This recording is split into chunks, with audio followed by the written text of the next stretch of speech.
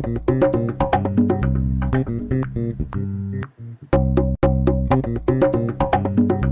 a été pour nous quelque chose de très important, le transfert de l'enseignement.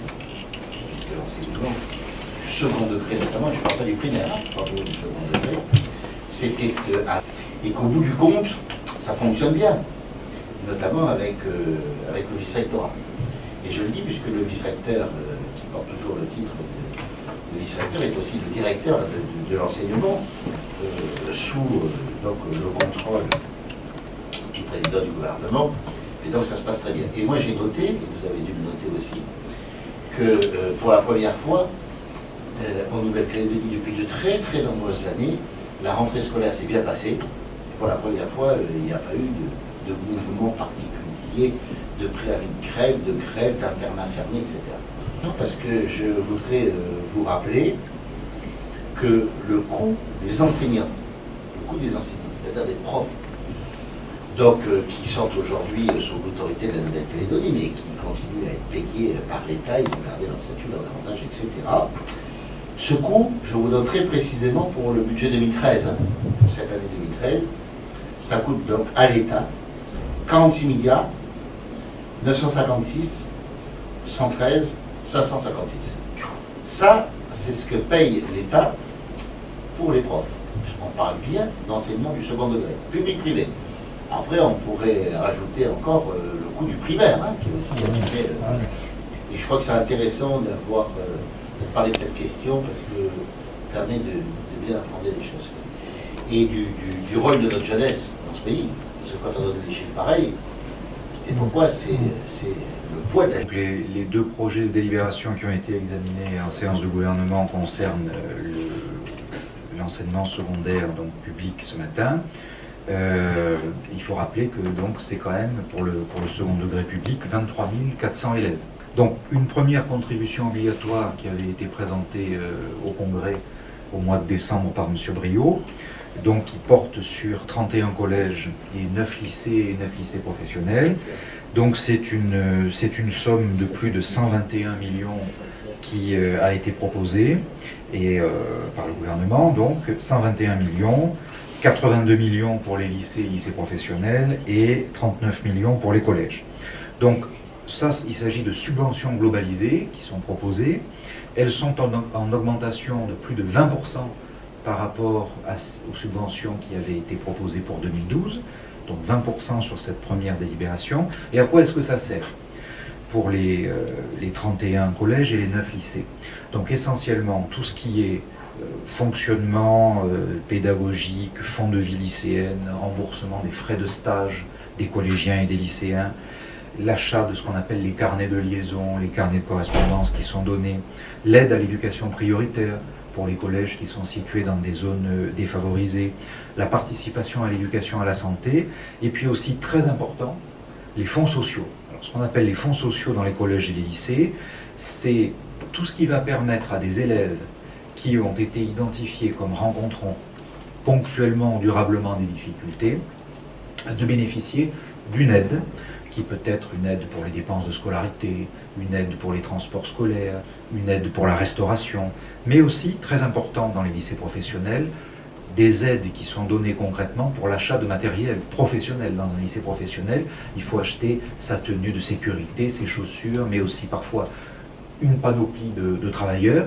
Donc, grâce à ces fonds qui ont été adoptés par le gouvernement ce matin et présentés au Congrès, les élèves en situation précaire, difficile, grâce à ce fonds social qui est géré localement par les établissements, tout ça ce sont des fonds déconcentrés, vont pouvoir bénéficier d'un soutien non négligeable.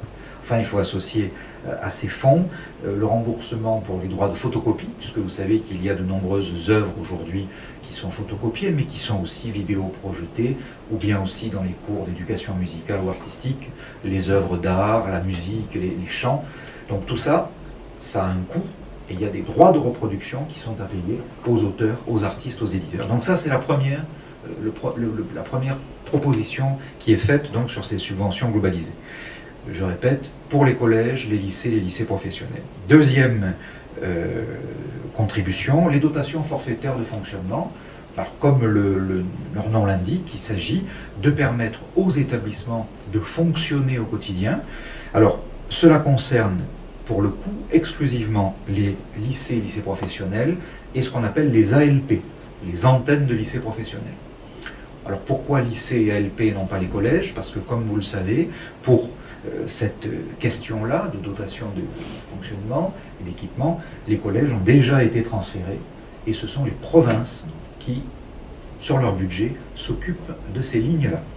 Donc en ce qui concerne la Nouvelle-Calédonie, elle est compétente dans ce domaine. C'est une dotation forfaitaire qui prend en compte un certain nombre de critères, notamment le nombre des élèves dans les établissements, mais aussi la structure de l'établissement, le niveau de bâtiment, s'il y a des plateaux sportifs à entretenir, s'il y a des stations d'épuration intégrées à l'établissement, s'il y a des voiries, bref, tout ce qui va permettre la prise en charge ponctuelle et structurelle de tous les frais de fonctionnement de l'établissement, la viabilisation, les entretiens de locaux, mais aussi l'amélioration de la vie de l'élève dans les internats. Voilà. Ça, c'est la deuxième partie pour près de 307 millions, avec une augmentation cette année de 7% par rapport au budget de 2012. Voilà pour les deux délibérations qui ont été proposées par le président du gouvernement ce matin au gouvernement. Bien sûr, tout cela rentre dans un tableau général qu'a évoqué le président tout à l'heure. Donc, il faut rappeler que le budget qui a été proposé et voté au Congrès, c'est plus, par la Nouvelle-Calédonie, pour la partie Calédonie, fonctionnement investissement, c'est plus de 5 milliards, 5 milliards 113 millions, donc c'est très très conséquent. Et il faut savoir également que, en plus, à côté de ce que l'État consent comme effort, ce qu'on appelle le système de compensation qu'apporte l'État, la Nouvelle-Calédonie a décidé d'inscrire 711 millions de mesures nouvelles dans le cadre du transfert de compétences. 711 millions propres à la Nouvelle-Calédonie. Donc là, on ne parle pas des budgets compensés par l'État, de la masse salariale, on est vraiment sur le budget de la Nouvelle-Calédonie. Et ces 711 millions sont pour l'essentiel destinés de façon substantielle à accompagner la lutte contre l'échec scolaire, la lutte contre le décrochage, l'absentéisme scolaire, l'éducation à la citoyenneté, la mise en sécurité aux normes d'établissement, l'accompagnement éducatif, et puis toutes les mesures très importantes qui sont prises par les établissements eux-mêmes, ce qu'on appelle les projets d'établissement. Et pour la première fois, en 2013, grâce au transfert de compétences, tous les établissements calédoniens bénéficient de 100 millions de francs. 100 millions de francs pour mener à bien les projets de façon autonome.